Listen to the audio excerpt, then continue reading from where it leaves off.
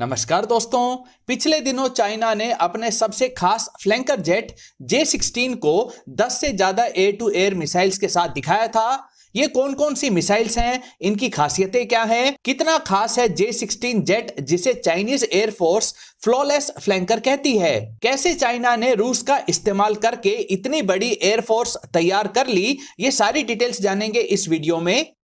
नमस्कार दोस्तों, मेरा नाम है अमित और मैं स्वागत करता हूं आपका अमित अपडेट्स चैनल पर। तो चलिए दोस्तों शुरू करते हैं। चाइना की मिलिट्री पावर लगातार बढ़ती जा रही है। अब तो उन्होंने अपने J-16 फाइटर जेट में एयर टू एयर कैटेगरी की मिसाइल्स की पूरी रेंज ही सामने रख दी है, जिससे भारत और खासकर अमेरिका को बड़ी टेंशन हो रही है। इन मिसाइल्स के बारे में चाइना ने क्या क्या दावे किए हैं, इनकी रेंज कितनी है और एक्यूरेसी के क्लेम कितने हैं, ये सारी डिटेल्स जानने से पहले जिस J-16 फाइटर जेट के साथ ये मिसाइल्स को डिस्प्ले किया जा रहा है वह कितना पावरफुल है यह भी जान लेते हैं। J-16 फाइटर जेट रशिया के सुपर फ्लैंकर Su-35 से हेवीली इंस्पायर्ड है, लेकिन चाइना ने इसमें कुछ बदलाव भी किए हैं। J-16 का एम्प्टी वेट 17,700 किलोग्राम है और इसका maximum take off weight 35,000 kilogram है। जहां ज्यादातर फाइटर जेट्स सिर्फ इंटरनल फ्यूल पर लगभग 2000 किलोमीटर की रेंज ही रखते हैं, तो वहीं यह चाइनीज J-16 जेट सिर्फ इंटरनल फ्यूल पर 3000 किलोमीटर की रेंज रखता है। इसकी स्पीड भी 2500 किलोमीटर पर आवर तक है और यह अपने 12 हार्ड पॉइंट्स पर 9000 किलोग्राम के टोटल वेट की मिसाइल्स को भी कैरी कर सकता है। इसमें दो चाइनीज WS-10B इंजन्स लगाए गए हैं, जिससे इसकी टोटल थ्रस्ट 270 किलो न्यूटन की हो जाती है। इसमें AESA रडार लगाया गया है जो दूसरे देशों के फाइटर जेट्स को 350 किलोमीटर दूर से ट्रैक करना शुरू कर देता है। J-16 जेट में पावरफुल IRST सिस्टम भी लगा है जो 100 किलोमीटर दूर से ही दूसरे देशों के स्टेल्थी फाइटर जेट्स को उनके हीट सिग्नेचर से ट्रैक कर सकता है। रशियन फ्लैंकर सीरीज के फाइटर जेट्स साइज में बड़े होते हैं, तो इनका रडार क्रॉस सेक्शन भी ज्यादा रहता है और इसी कारण दुश्मन के फाइटर जेट्स इन्हें काफी दूर से ही ट्रैक कर लेते हैं। तो इस कमी को भी दूर करने के लिए J-16 फाइटर जेट के लेटेस्ट बैचेस में कंपोजिट मटेरियल का इस्तेमाल ज्यादा किया जा रहा है और साथ ही इस पर रडार वेव एब्जॉर्बिंग मटेरियल की कोटिंग भी लगाई गई है,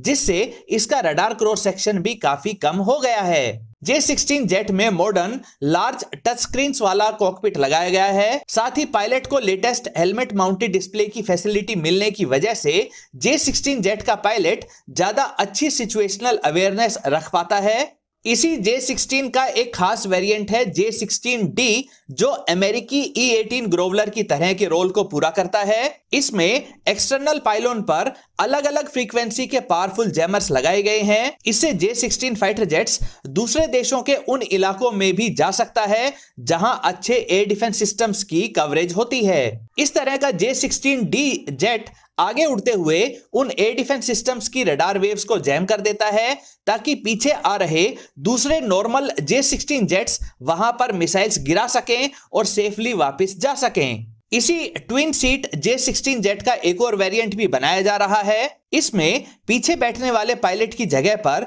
आर्टिफिशियल इंटेलिजेंस वाला एल्गोरिदम लगाया गया है जो किसी इंसान से 10 टाइम्स ज्यादा तेजी से काम कर सकता है। इन कामों में दूसरे देशों के फाइटर जेट्स को ट्रैक करके उन पर मिसाइल्स लॉन्च करना, जासूसी व निगरानी का काम करना व लॉयल विंगमैन ड्रोन्स को कंट्रोल करना शामिल है। इस प्रोजेक्ट को इंटेलिजेंस विक्ट्री का नाम दिया गया है।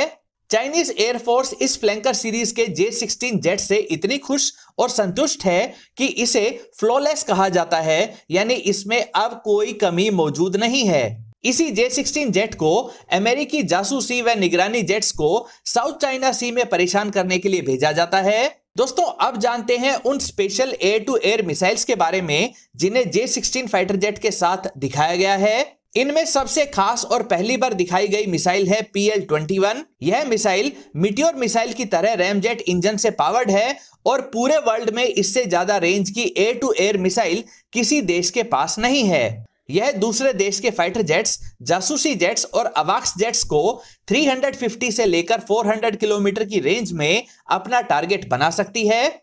इसमें गाइडेंस के लिए एक्टिव रडार को लगाया गया है जो AESA टेक्नोलॉजी पर बेस्ड है। यानी इसकी एक्यूरेसी भी काफी अच्छी रहने वाली है। इसकी स्पीड भी काफी ज्यादा है, यह मैक 4.5 की स्पीड से आगे बढ़ सकती है। J-16 फाइटर जेट में एक काफी बड़ी 6 मीटर लंबाई वाली PL-17 मिसाइल को भी लगाया गया है, जो फाइटर जेट साइज के तेज मैन्यूवर करने वाले जेट्स के खिलाफ तो ज्यादा कारगर नहीं है, लेकिन यह PL-17 मिसाइल 400 किलोमीटर दूर तक जाकर दूसरे देशों के स्लो मूविंग एयरक्राफ्ट जैसे एरियल रिफ्यूलर और अवाक्स जेट को डिस्ट्रॉय कर सकती है। यह मिसाइल 5000 किलोमीटर पर आवर की स्पीड भी अचीव कर सकती है। J-16 फाइटर जेट में 200 से लेकर 250 किलोमीटर रेंज वाली PL-15 मिसाइल भी लगाई गई है। इस dual pulsed solid fuel rocket motor powered missile को चाइना की सबसे एडवांस्ड और सबसे कैपेबल मिसाइल माना जाता है। इसी मिसाइल को चाइना ने अपने स्टेल्थी J-20 जेट्स में भी लगाया है। 4 मीटर की लंबाई वाली यह मिसाइल मैक 4.5 की स्पीड से ट्रेवल कर सकती है। चाइना जब J-10 या JF-17 फाइटर जेट के साथ किसी दूसरे देश को यह PL-15 मिसाइल बेचता है, तो इसकी परफॉर्मेंस को कम करके इसकी रेंज को 145 किलोमीटर तक ही लिमिट कर दिया जाता है। चाइना की इन्हीं लॉन्ग रेंज की BVR मिसाइल से अमेरिका भी पिछड़ने लगा है। इसीलिए इन नई चाइनीज मिसाइल्स को काउंटर करने के लिए अमेरिका को भी 250 किलोमीटर रेंज वाली AIM-260 BVR मिसाइल बनानी पड़ रही है। J-16 फाइटर जेट में इनके अलावा 100 किलोमीटर रेंज वाली PL-12 मिसाइल भी लगाई गई है। साथ ही डॉग फाइट के लिए heat seeking infrared homing PL-10 missile को भी लगाया गया है, जिनकी रेंज 20 किलोमीटर तक है। लेकिन दोस्तों यहां हमें यह भी ध्यान रखना चाहिए कि चाइना की ये मिसाइल्स ना किसी लड़ाई में इस्तेमाल हुई हैं, ना ही किसी इंडिपेंडेंट एजेंसी ने इनकी परफॉर्मेंस को वेरीफाई किया है। जो भी रेंज, स्पीड और एक्यूरेसी की बातें की जा रही हैं, वे सभी चाइना के दावे हैं, उनके क्लेम्स हैं, और इन चाइनीज दावों में कितनी सच्चाई है ये कहना काफी मुश्किल है। दोस्तों अब जानते हैं कि चाइना ने इतनी जल्दी इतने सारे फाइटर जेट्स कैसे तैयार कर लिए। चाइना ने पहले रशिया से फ्लैंकर सीरीज के जेट्स जैसे Su-27, Su-30 और बाद में Su-35 खरीदे और इनकी टेक्नोलॉजीज को रिवर्स इंजीनियरिंग करके बिल्कुल ऐसे ही J-11, J-15 व J-16 फाइटर जेट्स बना लिए। फिर इन चाइनीज जेट्स को रिफाइन करते गए और नए से नए वेरिएंट्स बनाए जाने लगे। यहां चाइना को सबसे बड़ा फायदा यह हुआ कि उन्हें अब रिसोर्सेज को अलग अलग जगह बांटना नहीं पड़ा। देखिए, जब भी कोई देश कोई अच्छा फाइटर जेट बनाने की प्रोसेस शुरू करता है, तो उस देश को काफी सारा पैसा या कहें कि अधिकतर बजट को फाइटर जेट के डेवलपमेंट और उस पर अलग अलग टेक्नोलॉजीज की टेस्टिंग पर ही खर्च करना पड़ता है। बाकी बचे हुए रिसोर्सेज को लगाया जाता है अच्छे AESA radars, jammers, helmet mounted display और अलग अलग कैपेबिलिटीज की मिसाइल्स को तैयार करने में।